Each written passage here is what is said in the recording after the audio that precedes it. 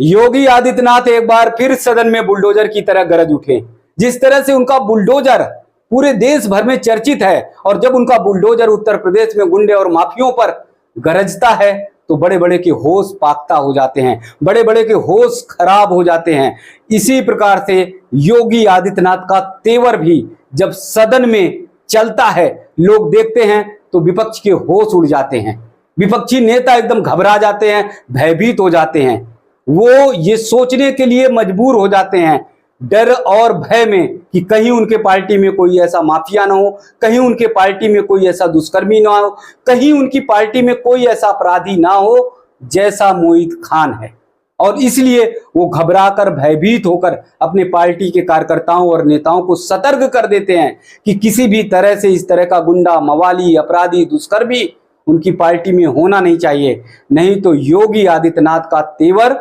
दिखेगा, योगी आदित्यनाथ का बुलडोजर चलेगा तो कोई भी दुनिया की कोई ताकत रोक नहीं पाएगी। मोहित खान के खिलाफ जब योगी आदित्यनाथ का एक्शन हुआ तो पूरे समाजवादी पार्टी और कांग्रेस समेत तमाम दल, तमाम संगठन विपक्ष के वो उसे बचाने के लिए खड़े हो गए। आप सोच सकते हैं, एक दुष्कर्मी को बचाने के लिए मोहित खान, जिस पर आरोप है कि 12 साल की बच्ची के साथ गैंग रेप करता है, जिस पर आरोप है कि उसने तमाम तालाब और तमाम स्थानों पर उसने कब्जा कर रखा है, जिसने अपने ही जमीन पर, अपने ही घर में पुलिस चौकी बनवा रखी थी, जो धमक दिखाता था, जो गुंडागर्दी करता था, उसे बचाने के लिए समाजवादी पार्टी, उसे बचाने के लिए कांग्रेस के नेता एकजुट हो गए। ये सारे नेता उस पीड़ित परिवार के, उस बच्ची के परिवार के साथ खड़े नहीं हो रहे हैं। उस बच्ची जिसके साथ 12 साल की बच्ची जो प्रेग्नेंट हो गई, गर्भवती हो गई, उसकी मदद के लिए नहीं जा रहे हैं, लेकिन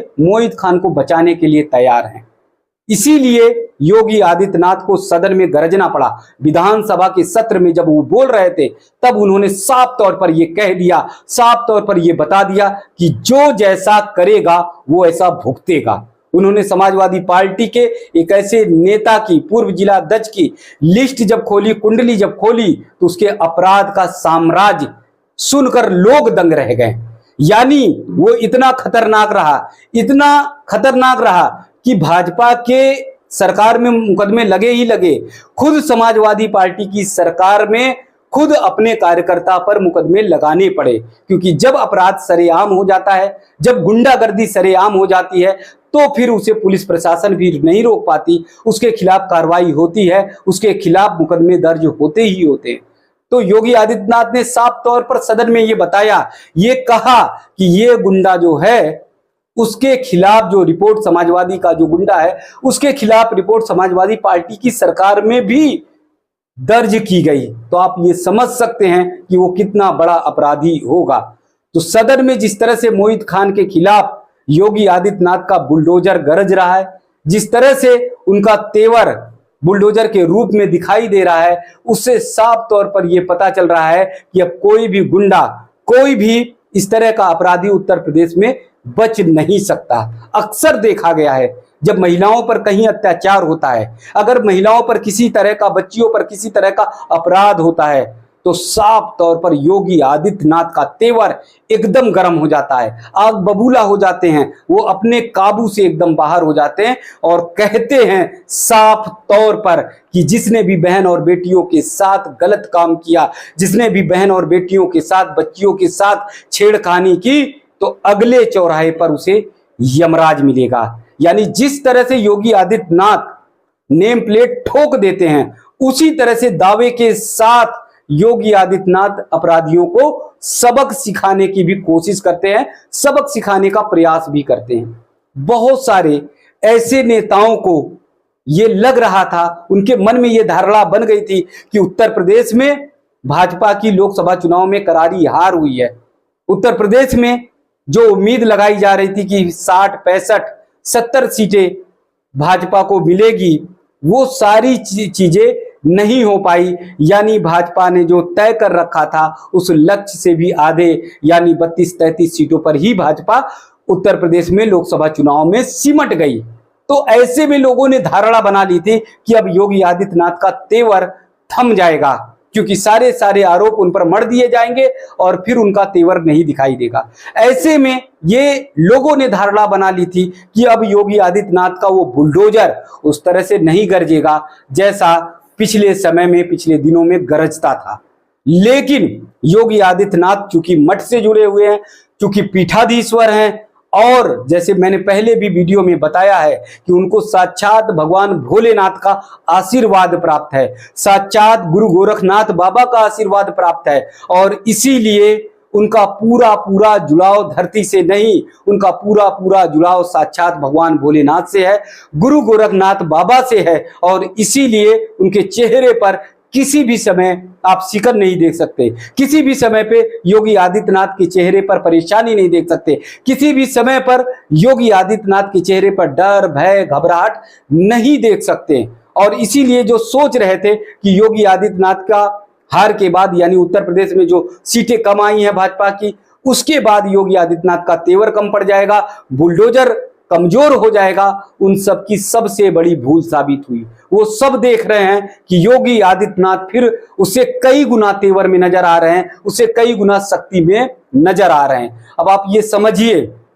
योगी आदित्यनाथ का वो तेवर आप जरा सोचिए, वो तेवर देखने की कोशिश करिए कि जिस समय हिंदुओं पर मऊ दंगे में अत्याचार हो रहा था, आजमगढ़ में दंगों में अत्याचार हो रहा था, अलीगढ़ में जब दंगे हुए 2006 में, 7 में, तब हिंदुओं पर अत्याचार हो रहा था, उस समय योगी आदित्यनाथ अपनी वाहिनी के साथ निकल पड़ते थे, गाड़ियों के काफिले के साथ निकल पड़ते थे। उन्हें किसी भी तरह का डर और भय नहीं रहता था। वो सीधे पहुंच जाते मऊ में और मुख्तार अंसारी के सिर पर चढ़कर वो कहते, अधिकारियों से बोलते, कहते कि अगर यहां पर एक भी हिंदू को बेकसूर परेशान किया गया, प्रताड़ित किया गया, तो फिर समझ लेना गोरखपुर से लेकर मऊ तक पूरे जगह तांडव होगा, पूरे जगह पर अराजकता हो जाएगी। फिर इसकी पूरी की पूरी जिम्मेदारी पुलिस और प्रशासन की होगी। ये तेवर योगी आदित्यनाथ का जब वो मुख्यमंत्री नहीं थे तब दिखाई देता था। अभी हालांकि कुछ शासन प्रशासन की व्यवस्था के कारण, कुछ मुख्यमंत्री के दायित्व के निर्वहन के कारण वो थोड़े से थमे हुए हैं, लेकिन अगर वो फुल फार्म में आ गए तो भारत एक नए इतिहास की ओर जाएगा, भारत एक नए अध्याय की ओर जाएगा, भारत एक नए आयाम की ओर जाएगा। क्योंकि योगी आदित्यनाथ का जो तेवर होता है, योगी आदित्यनाथ की जो कार्यप्रणाली होती है, वो सिर्फ और सिर्फ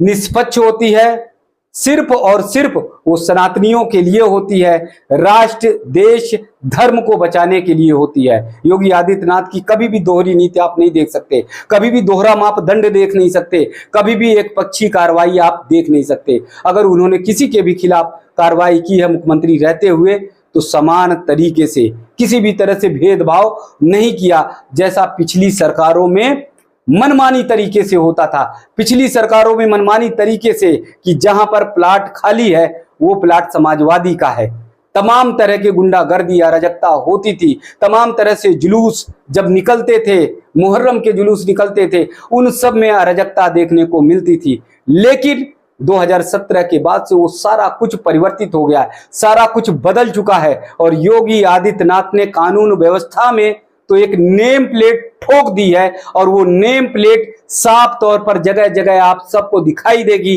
कि जिसने गुंडागर्दी की उसका स्थान जहन्नुम में है, जिसने बच्चियों के साथ छेड़छाड़ की या दुष्कर्म किया फिर उसका स्थान जेल के सलाखों में है, फिर अगर जिसने अपराध किया, गुंडागर्दी की, वो किसी भी तरह से बच नहीं पाएगा। तो अगर कहा जाए सुशासन का नेम प्लेट योगी आदित्यनाथ ने ठोक दिया है, अगर कहा जाए कि कानून और व्यवस्था की नेम प्लेट को योगी आदित्यनाथ ने ठोक दिया है, अगर कहा जाए योगी आदित्यनाथ ने एक ऐसी व्यवस्था दी है उत्तर प्रदेश में जो पूरे देश में नहीं विश्व में भी जिसकी चर्चा होती है, तो इसलिए योगी आदित्यनाथ का तेवर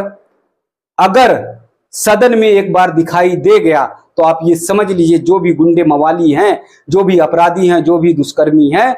उनको बर्बाद होना तो निश्चित ही निश्चित है। क्योंकि वो नेम प्लेट की ही तरह कानून व्यवस्था की नेम प्लेट को ठोक देते हैं और साफ तौर पर कहते हैं कि जो भी अपराध करेगा उसको अगले रास्ते पे, अगले मोड़ पर, अगले चौराहे पर कहीं ना कहीं यमराज जरूर मिलेगा।